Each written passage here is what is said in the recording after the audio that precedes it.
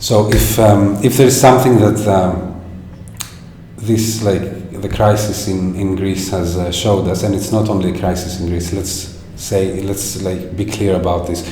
We're talking about like a global crisis, like that we obviously in Greece we're experiencing it harsher, but I'm sure that, and I know it for a fact that in countries even like Germany, which is one of the strongest economies in the world, if there are like side effects of this global crisis felt among like working class communities mostly.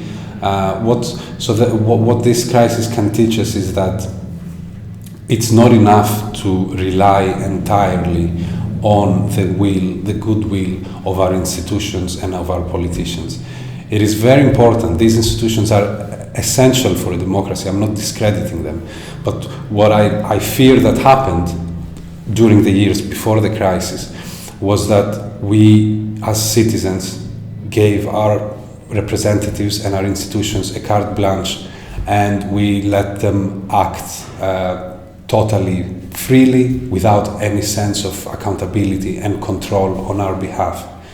So I think that what we should do in order to avoid this from happening again, and in order to change the situation that we're currently all facing, is to not discredit these institutions, not discredit the politicians, not discredit democracy, but actually claim our space in democracy, claim our space in the way that politics are done. Therefore, we need to be more active in the way we interact with our surroundings. We should be more active in the way that we approach politics. We should understand that politicians are working for us and that we're not working for them.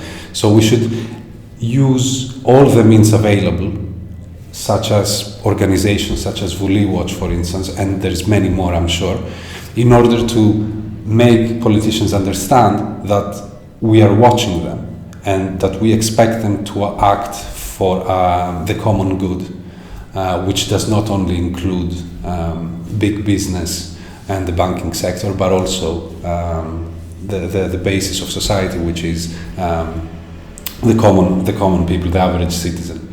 So that this is the main message that I would like to relay, which is basically don't let politicians do what they want on your behalf, but you lead the way.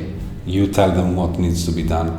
And how do you do this? By controlling them, by keeping an eye on what they're doing, and by being aware of the institutions and the issues at play.